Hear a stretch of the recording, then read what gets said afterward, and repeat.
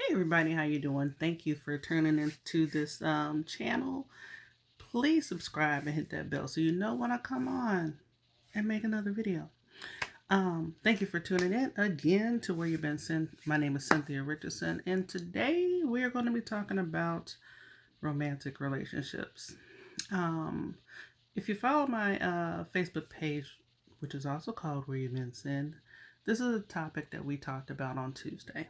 And it's an often requested conversation to have. So, first thing we're going to talk about is LDRs. If you don't know what LDR is, that means long distance relationship. How do you get them to work? Have you ever been in one? I personally have not been in one, but I have seen the cycle of it all, if you want to say. So, what I would suggest is if you are going to be in a long distance relationship, you must be open, must be honest. Um, if you are in a type of relationship like this, make sure that you are also scheduling time to talk to each other. May it be texting. Texting usually happen throughout the day, casually and randomly, and not be too much of a disturbance. But the actual face-to-face talking, you will want to schedule that. So, FaceTime and Skype or whatever medium you use as far as talking to each other face to face, make sure that that is something that you schedule to for each other. The other thing, visiting each other, make sure you make that fair, um, financially fair. If one is more than willing to do most of the traveling, so be it. It's another thing that you and your partner must discuss and decide between the two of you. But if it's something that is a concern, just make sure that it's something that is fair. If you go down 1 month, make sure that he or she comes to see you the month after or however you plan it. If it's every other month, then just make sure that it's fair. If you're arguing in text messages, make sure that you stop arguing in text messages because text messages don't always come across the way that you want them to. So make sure that if one starts, that you stop it then and there, and just on your next time that you're going to talk to each other, face to face, Skype, or whatever medium you're using, make sure that you are having that conversation face to face versus in text messaging. Okay, so another topic that we all like to talk about is sex. So, how often and if it's not happening at all. So let's go with that first. So if you are in a relationship where all of a sudden the sex is daily and then it's once a month, find out why. Talk to your partner. Is it you? Is it your partner? What happened? Is there um, a reason that may have caused lack of trust? Are you new parents? Is there depression, stress, body image, illness? It could be different things. But if you're at one end of the spectrum and then all of a sudden it changes to another, make sure that you have the conversation with your partner and find out why and see if it's something that you can fix. Um, Try not to base your relationship on sex either because anything can happen to you or your partner. So try not to make that a priority. Also, let's see. Anything can happen. So just keep that in mind. Looking at my notes here. So, how often should you? Again, that is based on the couple. And each person is different. So if you, for some reason, were with someone 2 years ago and they were every day, 3 times a day, and now you're not with that same person, and now you're to once a day, this could be a problem for you, or it may not. So keep that in mind, and not every person is the same. and either be open minded to that and accepting of it, or find someone with your same drive. Otherwise, you are not going to be, you may not be happy if that's one of your priorities in a partner. Hoppers is another conversation. So, to me, what I call a hopper is someone that goes from relationship to relationship. And I personally feel that this is not a good way to live. It's very self destructive. It doesn't give that person time to learn anything about themselves, what they learned about the past, the relationship they just got out of. And they just don't learn. And I think it's just a sad way to live, especially if you have children and they see you just bouncing around. And you don't want that for them either. You want them to actually find love, um, self reflect, learn, grow, and evolve from the relationship that they just had versus having someone on deck right after.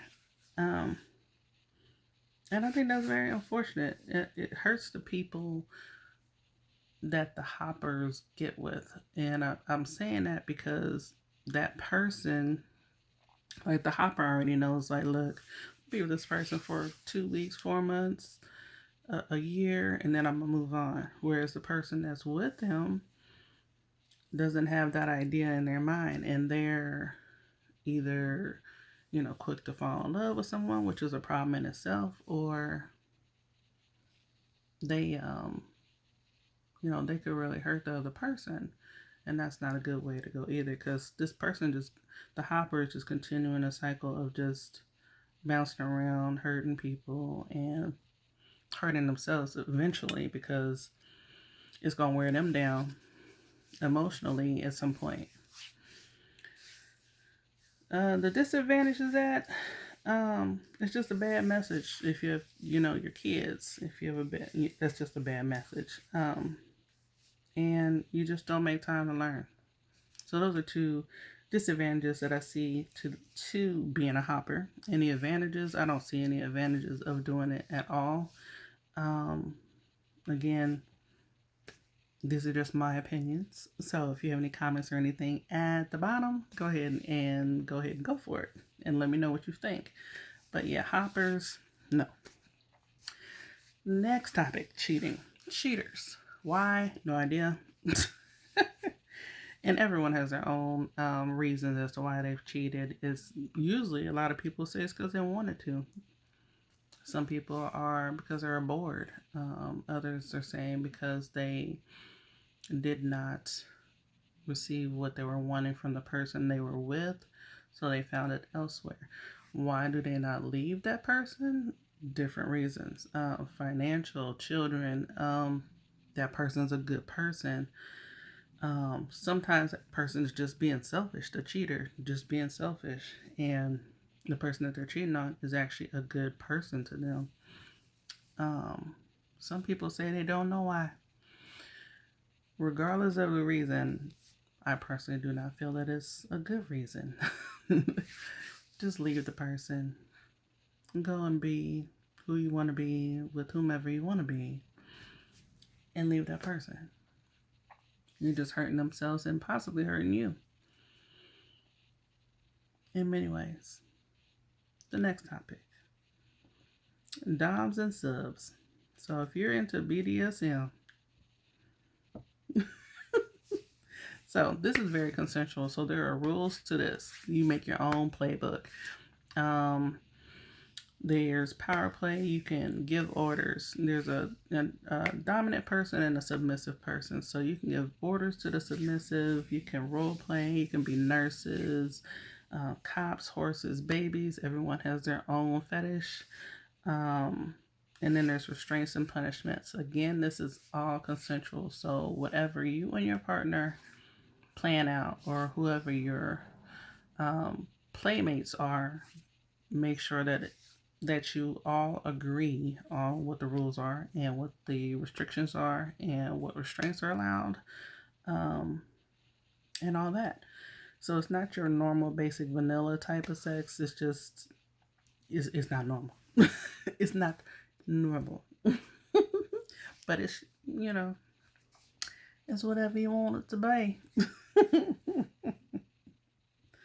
um, so again, if you go from one person to another person next year and you're a BDSM type of person, make sure that they are either willing to participate, open-minded, or they're already in the community already. You know them just from, going to play parties and things like that. So, yeah, that with that, if you don't have a person that is compatible with you in that type of realm, then you will definitely have an issue because you're going to be wanting to play at some point.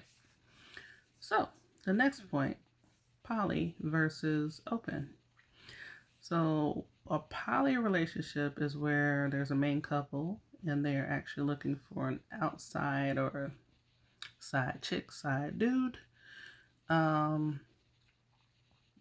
But they're looking to build a relationship with that person.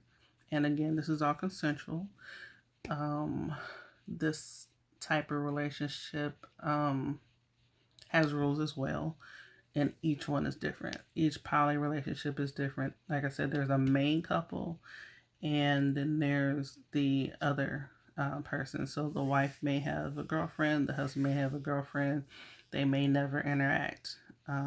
They could interact, all based on what the couple wants. Open relationships, that's more based on looking for external sexual partners. So that's the main difference between the two. And again, they both have a main couple. They both have their own sets of rules. All is consensual, and hopefully it works out. I know a few couples that have a poly relationship and an open relationship, and both of them, or all of the ones that I know of, are working just fine. I myself could not do that because I do not share. So yeah, that's pretty much it. That's all the information that I have in regards to relationships today. Yeah, follow my Facebook page, Where You Been Sin. I do have shows on there that I do every Tuesday. That may change. We shall see. But I talk about everything. Anything from issues that are going on in the world, family, small businesses, marriage, relationships, different types of diseases like breast cancer and PCOS, things like that, and paranormal things, paranormal spirits. Like next month, what's this? This is August. So in a couple of months, I'll be having my tarot card read. So yeah, I do a different types of things on the show. So hopefully it'll improve over time as far as my camera goes and my location and just everything.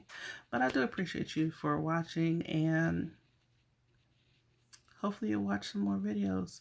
Make sure you subscribe. Make sure you hit that bell so you know when I come on. So I will be doing videos like this, hopefully getting better. And I will also be doing reaction videos. I'm uploading one right now where I am reacting to Zoe. I love her and her little crew. Reacting to her, and they are simulating labor. So watch that video as well. Again, I am Sin. Thank you for tuning in to Where You've Been Sin, and I will see you later. Take care of you and each other. Bye-bye.